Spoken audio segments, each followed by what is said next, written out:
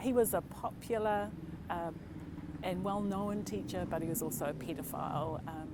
Unfortunately, there were other little girls that he also abused in care. Moapulu Francis Tangaloa was repeatedly abused from the age of 5 to 7 by a Catholic brother. And a landmark New Zealand report shows she is not alone. It revealed that around 200,000 children and vulnerable adults were abused while in state and church care over the last 70 years. That's nearly 1 in 3 of those who passed through the system.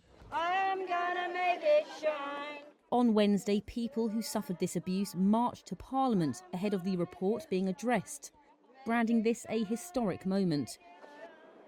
The findings follow a national investigation into the experiences of over 2,300 survivors of abuse between 1950 and 2019. Survivors were subjected to abuse, torture, rape, sterilisation and electric shocks in state and church care.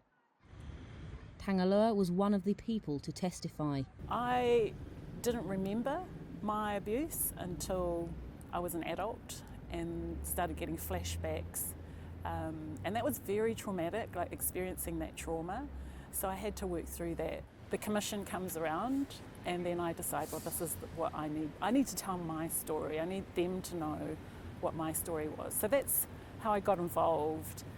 It was challenging being involved with the commission because having to tell the detail of your abuse is just re-traumatizing for any survivor. But I knew I needed to tell my story.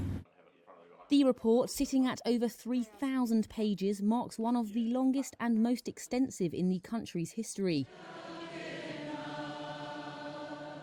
It was tabled on Wednesday in Parliament, while survivors and supporters filled the gallery. It contained 138 recommendations, including a transformation of the care system, as well as calls for public apologies from the heads of the Anglican and Catholic churches and the government. New Zealand's Prime Minister, Christopher Luxon.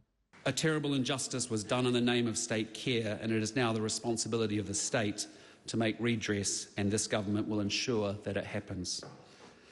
As difficult as it is, I hope that all New Zealanders take the time to read this report, to understand the abuse that you, the survivors, suffered and the lifelong impact it had on your lives.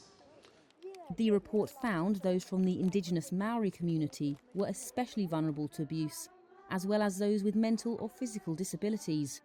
For Tony Jarvis, it represented acknowledgement. For decades they told us we made it up. They wouldn't have a bar of us. So this today is historic, and that's acknowledgement. It acknowledges all these people here, all the courageous survivors that have been courageous and strong enough to share their stories and come on board. You know, this is their story. It's not just mine and Cassie to stand here speaking to. It's their story. All these people around here, the ones that are home, our passed away one, family and whānau that are not here.